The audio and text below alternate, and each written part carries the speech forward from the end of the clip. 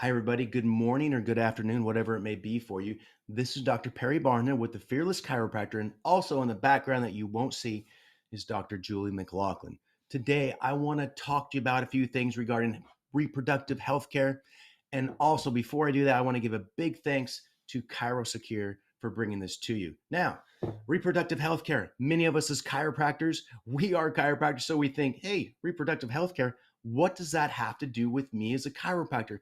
Well, let me tell you this reproductive health care involves several different things, which, guess what, are very likely in your patient's files. Why? Because when you take your patient's case histories, they fill out the forms and they'll talk about these things. In fact, some of the questions that are asked on the very forms you give to them will apply to reproductive health care, like contraception, pregnancy management, fertility, sterilization, and also sexual health. So make sure you stay tuned for what's coming up because these things have recently changed and it's something you really need to be aware of to stay on top of things and to stay compliant. Start side slow, please. Again, big thanks to ChiroSecure for sponsoring this. Alrighty, kind of like I said in the intro, how fast things change in the world of HIPAA. Quite frankly, it even blows us away that at one point at the beginning of the year, we have a new law that comes out regarding reproductive health care.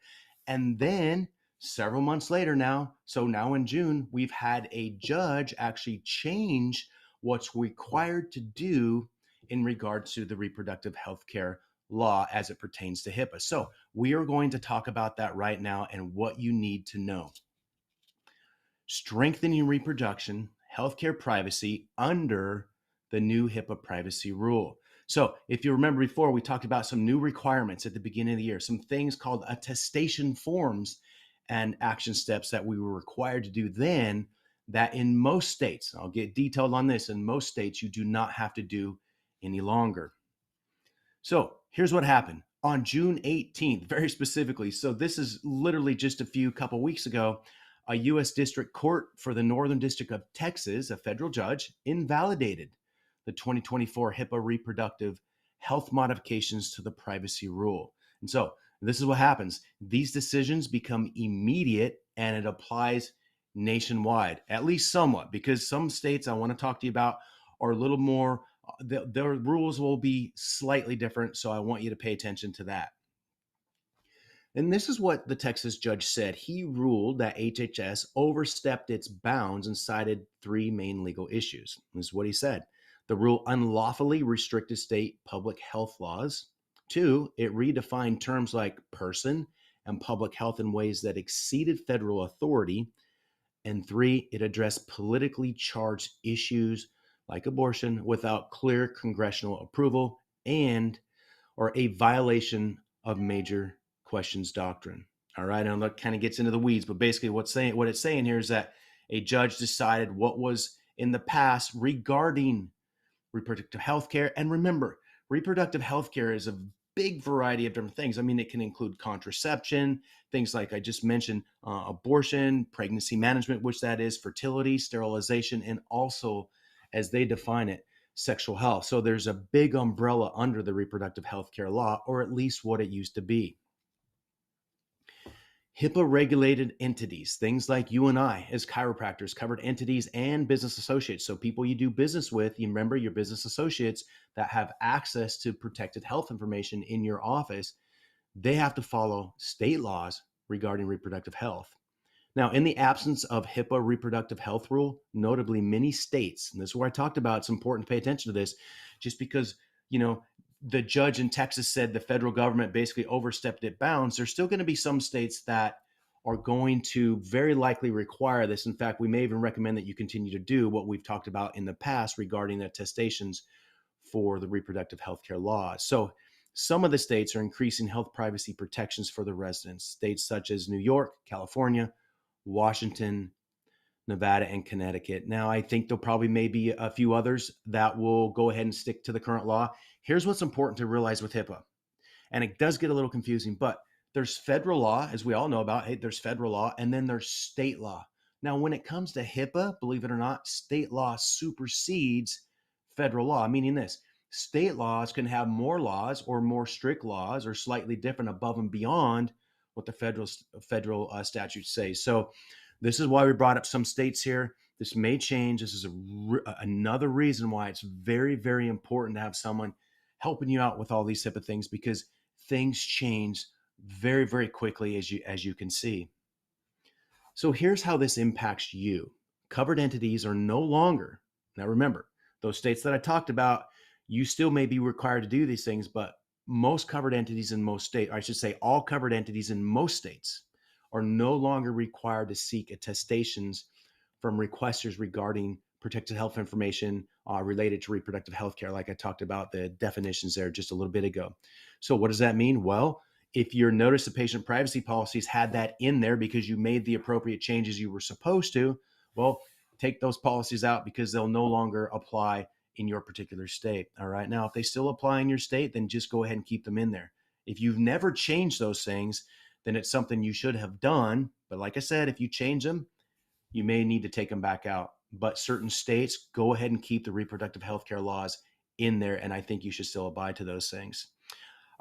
Navigating the prohibition on disclosing protected health information for the purposes of investigating or imposing liability on lawful reproductive health care imposed by your state. So here's what we're saying is that you may still have to, although most states, like I said, however, there may be some states, like we mentioned, that you may still have to do some of the things that we talked about early on in the year regarding attestation statements with reproductive health law. Here, if you remember what we went through before, is a model attestation form. This was the form that you were supposed to send out. Say, for example, someone requested protected health information, and in your records, basically your PHI, right, your patient's records, you had something to do with reproductive health care law in there. So therefore, in that case, if it was somebody asking about it, we had to send this form out and make sure they weren't going to use that against that person in regards to basically a way that they would get them in trouble. I know that's not the right words, but wouldn't use it against them. All right. So most states now, we don't have to do this. So it just brings it back to HIPAA's not one of those things we can just sort of set it and then forget about it because it changed. Look what just happened in Texas. It's a really good reminder. I mean, new laws popped last year, and now one of these laws has changed. A single court ruling can unravel rather new HIPAA guidance like overnight. I mean, this popped out on June 18th, and then the next day it's completely different for just about everybody. It's constantly evolving. HIPAA, from reproductive privacy, cybersecurity is a very much evolving component of HIPAA. Stay on top of that. We have all of that information. This is why we say monthly HIPAA training. It's not optional. It's your lifeline. Now, let me be very clear and clarify. We don't say that it's a law that you have to do monthly HIPAA training, but here's what they say. You better be doing ongoing HIPAA compliance training. In fact, I've even heard some professionals in the world of compliance and HIPAA suggest that you do it at least twice a month. That's why we recommend at least monthly. This is something you need to do to stay on top of HIPAA just in case you get audited. Staying informed protects your license, it protects your patients and your peace of mind. And I'll add to that, if there's an audit and you don't have some of these things in place that you have, it is very, very scary and it can be very miserable on you and also on your practice. So just one of these things, make sure you begin the process of getting these things going in the right direction. Now, HIPAA compliance, again, it's not about just checking a single box. It's about staying ready for whatever comes next. So you have to keep learning. You have to keep updating things. As we like to say, you need to stay fearless. We say fearless because we want you to practice without fear. If you're so focused on some of these things and you don't have someone to stay abreast or stay on top of these things, you might be scared of it. And really, there's no reason to. Just don't put your head in the sand. Get trained, get the appropriate training. So here we go. What are the next steps to do some of those things? Well, we have a compliance checklist here specifically for HIPAA. You can scan this QR code, or you can just look at this list here. You should go through this list and be able to check these boxes because these are parts of HIPAA that you need to be doing in order to be HIPAA compliant. A couple other things you can do. You can schedule a demo with us. If you'd like to learn more about our HIPAA program, you can schedule a demo with us. Certainly, it's easy. You can just get started. You can scan the QR code here. If you want to have a demo with myself or with Dr. Julie, you can go to right there, go.fearlessprovider.com/demo. If you just want to get started, go to www.betterhipaablueprint.com or Some people want to hop on the phone and talk to me. I'm totally cool with that. Dr. Perry at betterhippablueprint.com. So if you have any questions, like I said, don't hesitate to reach out to us. We are absolutely more than happy to help you. We are chiropractors, and so we know what it's like to have a busy office, and we also know what it's like to have the need to learn these things from somebody who knows how to teach them. In the meantime, have a really, really good day, and I'll talk to you soon.